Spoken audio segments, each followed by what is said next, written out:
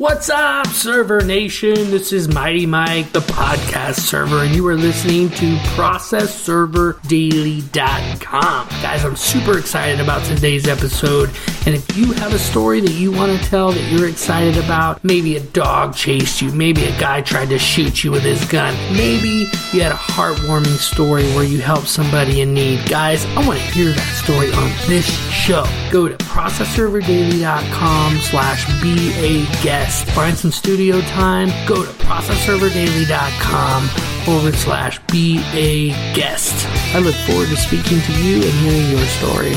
Let's get to the show.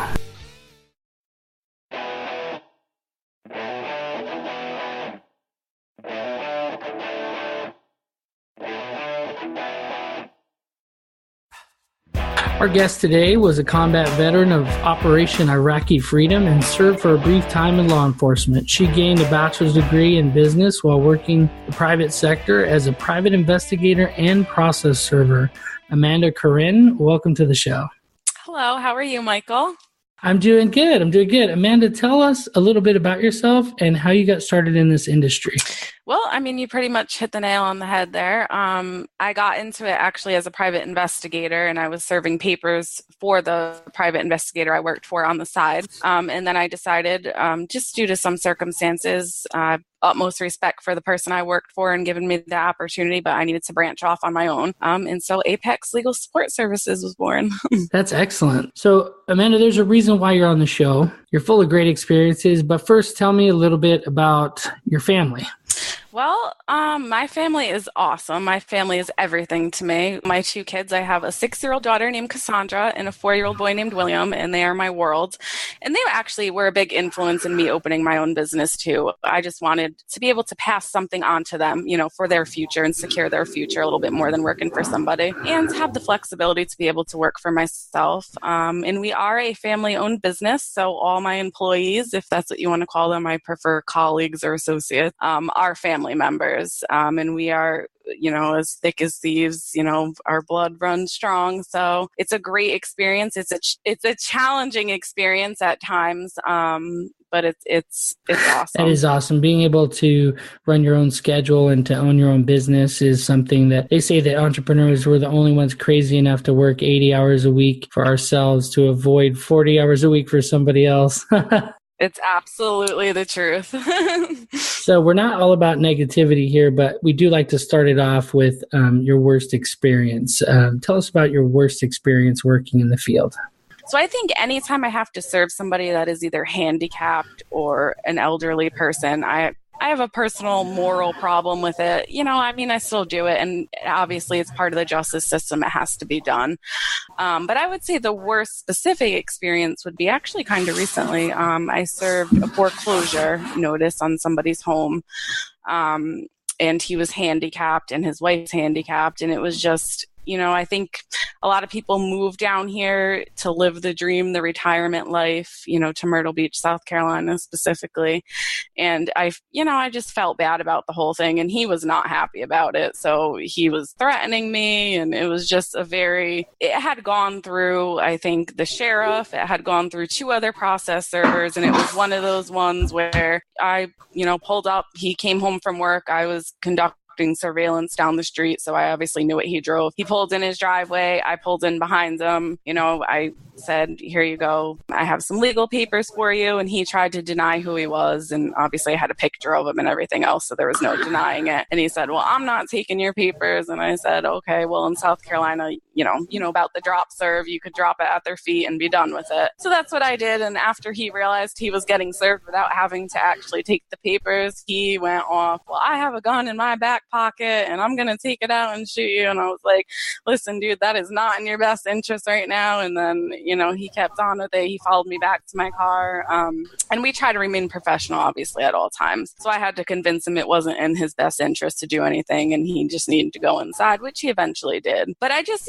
some people, you can do that and walk away from it and feel okay about it, but with that one, it was just the circumstances and the fact that they were older and handicapped and disabled. It was just left a bad taste in my mouth. But it's take the good with the bad in this profession for sure. So Amanda, what I take from your story the most is we're all people, and when you get out there, it's amazing, whether it's a single mom getting evicted or whether it's a guy with schizophrenia getting a restraining order. Like, as a process server, you literally get everything. You get the grandma and grandpa that are so sweet, they just baked cookies and want to invite you in. You get it. Right. You get it all. And in the situation that it sounds like you sympathize like I do for a lot of these people. You sympathize for their situation, but at the same time, you have a job to do. And so it sounds like you're able to do it. Exactly. And the next time we went out there, I had our local police department come out there with us, and I wasn't the one to serve him. It was somebody who worked with me to serve him. I just wanted to, we left off on a bad note. And it went much better the second time. But it was just, I like to leave everyone with a good feeling. I don't like to leave off on a bad note. And that one, there was no reasoning with him. So you get the job done and you walk away from it and let it be, I guess. What do you want Server Nation to take from your story, your bad experience? What do you want them to learn from that? I would say the best thing that you could possibly do in a situation where the person that you are serving is utterly unreasonable is to remain calm, because nothing good is going to come out of you escalating your attitude to match theirs. It's going to end badly.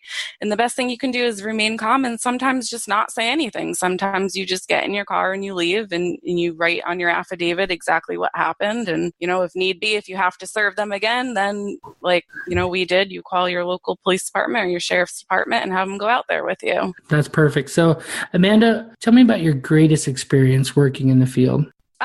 Well, I always love the hard to serve people that can't be found. So that's, any of those are good. I would say my greatest feel good experience is we served a individual who owed, I think it was almost a decade, 9 or 10 years of child support. And the reason why the woman wasn't receiving the child support is because he had a job, I think it was in a prison or somewhere where he worked an odd schedule, and this specific attorney kept hiring the sheriff to go out there, and they don't work, they won't sit like we do. They work very few hours during the day, and if they don't get them, it's just an non-service. That's it. So for years this was going on, and every year she would hire an attorney and they would always hire the sheriff's department and they could never serve the individual. So finally they hired us, and we ended up getting him served, and she was able to get back all that child support. So it was I don't know how much money it was, but like I said, it was about a decade. So it was a large lump sum. What a cool experience. Amanda, what are you working on right now that you're most excited about? Well, personally, in our company, we are being certified right now through SLED to be a licensed PI firm. So that'll be coming within the next couple months. And like I said, I come from a PI background, so it was just a natural next step. But I would say as far as process serving goes, I'm really excited about all the social media groups that have kind of sprouted up. I think social media is a great way to network. Number one, it's free. Number two, it connects you to people that you would obviously otherwise not be connected to. So I'm really excited about all the groups that are popping up just as far as information sharing and networking goes. Yeah, social media is the new marketing. A lot of people say, I'm not really into social media, or what's Snapchat? I don't need Snapchat. And maybe Snapchat isn't essential for you right now, but the social media that teenagers are using right now is Snapchat, just like the social media that we were using when we were teenagers, or just after, was Facebook. Right.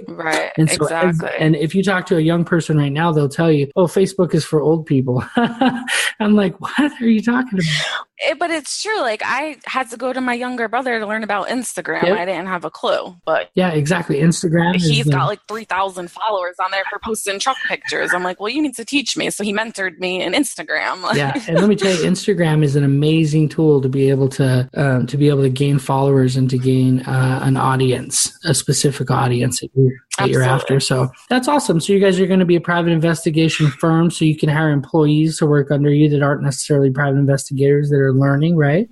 Yes. And I mean, like I said, we are a family run business, so we keep it in the family for the most part. I would say that would be a good 5-year goal for us to hire outsiders, if you will. Right. And that's how you can, your revenue, that's how you can build your revenue, because you're basically Exactly. duplicating. The branch out. Yeah. Right. That's awesome. For sure. So Server Nation, Amanda has been dropping some major value bombs on us today, but prepare yourself because we're headed into the rapid fire round right after a word from our sponsors. Server Nation, I know you're with the times and you want to do whatever you can to have all of the resources for your client. That is why I created 123efile.com. As a process server, attorney, or even an improper, you can visit the website and file your documents in any of the Tyler courts in California. With its easy to use one-page operation, you can have your e-filing done in a matter of minutes and get back to what really matters. If your time is important to you, visit 123efile.com. Server Nation, welcome back to the show. Amanda, are you ready for the rapid fire round? I hope so.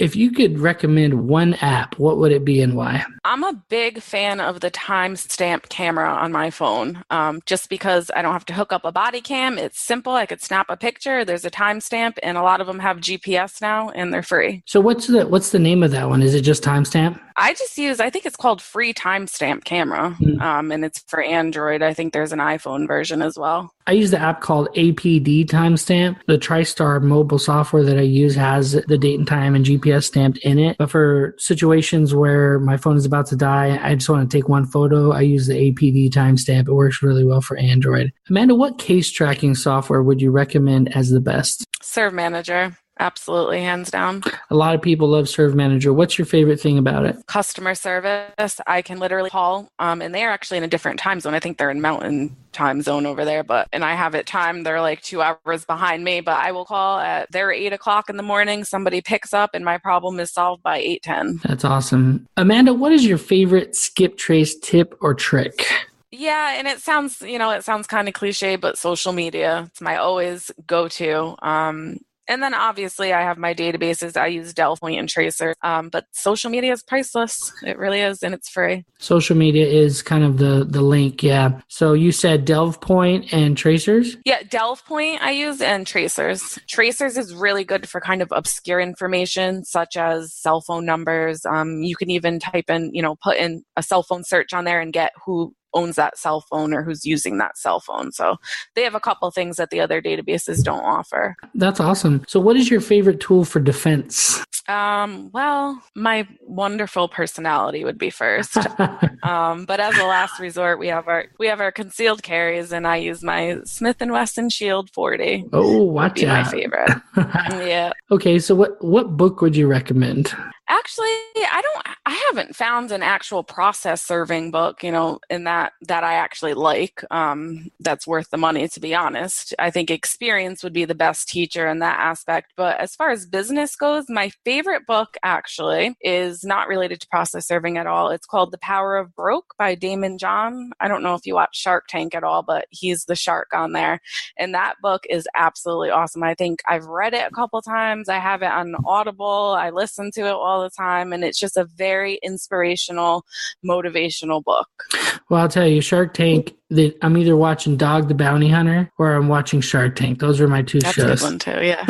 I love Shark Tank, yeah. So Damon's book, if you haven't read it, you have to read it. It's awesome.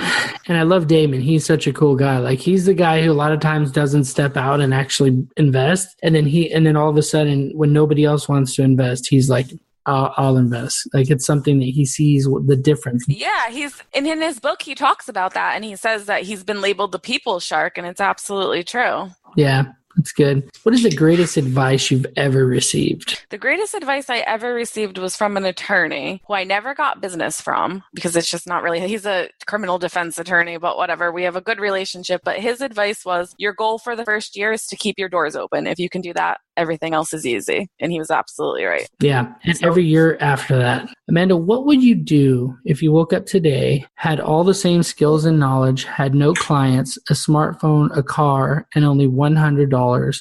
What would you do in the next week? This question actually cracks me up, and I'm going to tell you why. I think I started my business with less than $100. In that exact situation. I had a car, I had a smartphone, I knew nobody, I had no friends, no clients, and I was actually homeless at the time. I was sleeping on my father's floor of his mobile home. So the first thing I did personally, going back to that area in my life that wasn't so great, I signed up for Uber with the understanding that obviously I was not going to be an Uber driver forever. But as I was going and introducing myself to attorneys, I was getting paid to do it. So anytime I Ubered, I would look up and see where I stopped and see where the nearest attorney's office was.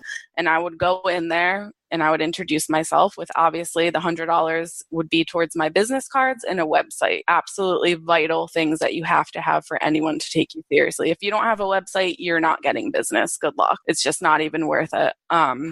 In business cards, obviously, it makes you look professional. But yeah, that's what I did. It was $20 for the Uber inspection, they call it, to inspect your car and make sure it's suitable to drive. And I Ubered my way around the Myrtle Beach area and introduced myself, and I built my business primarily off that. Once we became more established, I had other things, obviously, to help enhance my website and, make us up on Google listings, that sort of thing. But there's a lot of stuff you can do for free that doesn't cost money. Social media, if you're willing to do it and you're willing to put in the hours and put yourself out on the line, get out of your comfort zone, you don't need a lot of money to start off. That's great, Amanda. I tell you what, first of all, you're cruising around Myrtle Beach. It could be worse. Which is all. Awesome. Exactly. Okay. Second of all, and that's always how I looked at it. Right. Yeah. And second of all, you get to drive around. I don't know about you, but I'm the type of person when I'm driving, I got my music on. I'm in heaven. I could drive all day. Exactly. And I've gotten clients that okay, I don't want to call anyone out, but attorneys that I've picked up from the bar or whatever and brought them home, and they get to talking in my car and they're attorneys. Well, here's my card. They have called me. I have one of my best clients I met in my Uber. It's a good way to connect with people, and you get paid to do it. So I'm going to get paid for my marketing one way or another. As a process server, you're out there serving papers, and you probably hear people talking about, oh, I have too many serves, and I have this 30 serves, this and that.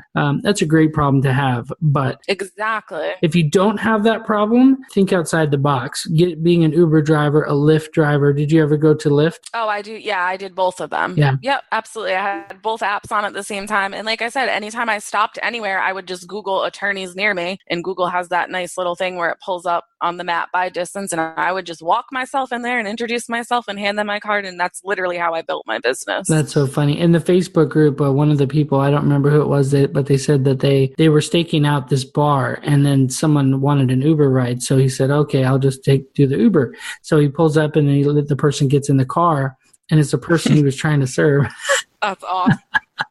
And it's great to get into gated communities. You know how many times I've tried to get into a gated community and they just wave me along because I have an Uber sticker? I mean, It's a good cover. It's a good cover, and you get a little extra cash for doing what you're already doing. So that's good. Exactly. Good stuff, Amanda. That's awesome. So what I take most from your story is think outside the box. Guys, go out there and tackle it in any way that you can. Amanda, what is your final parting piece of advice for the struggling server out there? I would say in this industry, especially in the beginning, it is very apparent that it is feast or famine. So you are going to have very high highs and very low lows. And I think the most important thing you can take from that is during the low lows to understand that it can't be like that forever and it's going to turn around. So just hang on, don't give up, keep pushing, and it will get better. Amanda, what is the best way that we can connect with you? And then we'll say goodbye. Sure. All my information is on our website. It's www.apexlss, and that's Lima Sierra Sierra.com. That is excellent. Amanda, I want to personally thank you for coming on the show, and I've been impressed with your story, and I'm excited to share it with the world. Until next time, Server Nation, you've been served up some awesomeness by Amanda, the Myrtle Beach Uber driver. Love it. Love it. And Mighty Mike, the podcast server. Server Nation, I know that you know all about directories and that you know the importance of getting yourself on the web in as many places as possible. But it's more than that, Server Nation. It's about putting yourself on the websites that get ranked on Google, Yahoo, and Bing. I'm excited about a new program that I'm starting. Really quickly, let me tell you, as a process server, I don't cover the whole country, right? We send servers out to other process servers, and we call that affiliates. My new program is going to incorporate a system when my customers come onto my website and they do a location search to try to find a process server at a specific location. Many times I do not serve that area, and so I might hire an affiliate in another area and manage to serve that way. That takes time and effort away from my local customers and the local efforts that I have here in Northern California. I want to personally invite each and every member of Server Nation to add themselves to my directory on my website. This is what's going to happen. My customers who come to me loyally will search a specific location. If I don't cover a specific location, but you do, guess who shows up? You do. How great is that, Server Nation? I'm going to share something that means so much to me, my customers. I believe that this will benefit my customers because they will have a resource to go to find process servers and to get the best rates nationwide. Oh, but there's a catch, Server Nation. There's always a catch. My directory is free for an affiliate to sign up and get the basic affiliate level. But if you do not perform, when my customers come and they see that it's not me or one of my employees or contractors, and they see that it's you, they're going to see a rating next to your name. If your rating falls, you may not get any business. Server Nation, give it a shot. Sign up for the free listing, but please take care of my customers. I love them like their family. Visit processserverdaily.com/affiliates. Until next time, Server Nation, stay safe out there.